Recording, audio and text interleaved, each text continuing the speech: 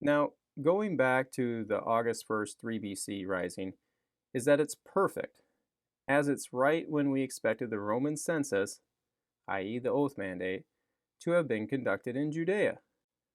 Now, watch what happens in the next 11 days. Venus and Jupiter form a conjunction on August 12th. Then, Jupiter continued toward the Leo constellation and joined Regulus on September 14th, 3 BC, right in the window that Luke described Jesus' birth taking place in. But the show was far from over, as Jupiter appears to reverse course and joins again with Regulus on February 17th, 2 BC. But just keep watching, because Jupiter again appears to reverse course, and for a third time joins with Regulus on May 8th, 2 BC. This back and forth could have been interpreted by the Magi as some type of crowning effect over Regulus. But before this is that if you were wondering how in the world did it look like Jupiter was moving back and forth in the sky like that, is because of the illusion of what is called retrograde motion. This happens when two planets, in our case Earth and Jupiter, come in opposition of one another. Our two orbits here show the Earth currently behind Jupiter in its orbit around the Sun, kind of like, two track runners running in their lanes. But since we, the Earth, are closer to the Sun, is that we eventually appear to catch up to Jupiter. This goes for other planets as well. If we look straight at Jupiter, is that it looks like it's, right beside the given clip art blue star. But as Earth catches up to Jupiter, is that the new line of sight makes Jupiter now appear to be moving away from that blue star. This apparent movement would continue to be observed in the subsequent days and months. So, us Earth dwellers, including the Magi back then, would see Jupiter wandering back and forth in the sky, regardless if you're under the ancients' geocentric mindset or today's Copernican heliocentric one. So, just to see this in a smooth transition, here you go.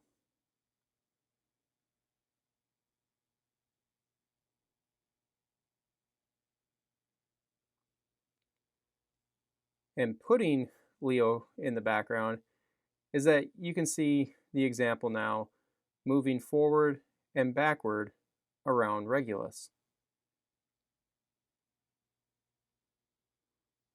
And that's why Molnar has Jupiter zigzagging on the Aries coin with its description of dates when Jupiter appeared to reverse course.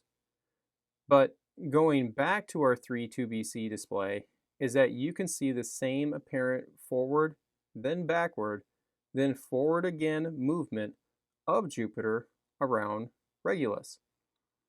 And this explains the Magi's description of the star, i.e. Jupiter, that continued to move before them.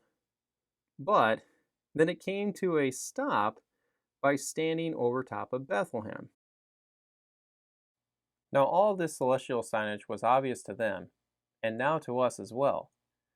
But if you're still hesitating on the idea of Jupiter as the star, because it sounds a little too pagan to you, is that you need to put the whole Greek and Roman side of this whole thing out of your head and put in what the Hebrews refer to it as.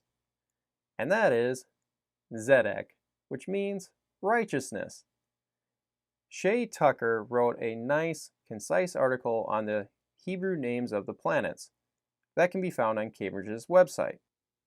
He points out that in Hebrew astronomy, that they too understood the planets as walking stars, and Jupiter was named Zedek by the Hebrew astronomers. Tucker references a tradition that talked about Jupiter shining during Abraham's battle in Genesis 14 with Chedorlaomer. The tie-in piece for us with that story is the reference to Melchizedek, king of Salem and priest of El Elyon, who blessed Abraham.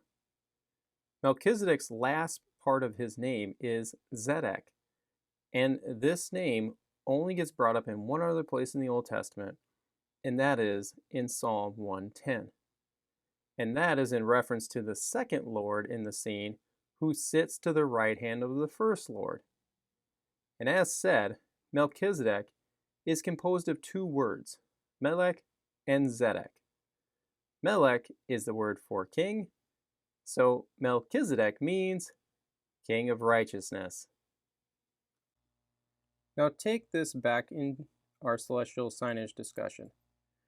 You would have righteousness rising in Leo on August 1st, 3 BC, in the Magi's eyes, and with the three Regulus and Jupiter conjunctions, is that since Regulus is the king star, is that Melech and Zedek would be joining over and over again. That would evoke Melchizedek from Psalm 110 to ring in their heads. Reminder, hit the subscribe button below, turn on the notification bell, hit the like button, and leave a comment. And don't forget to visit us at justscripture.org. But in the meantime, stay salty.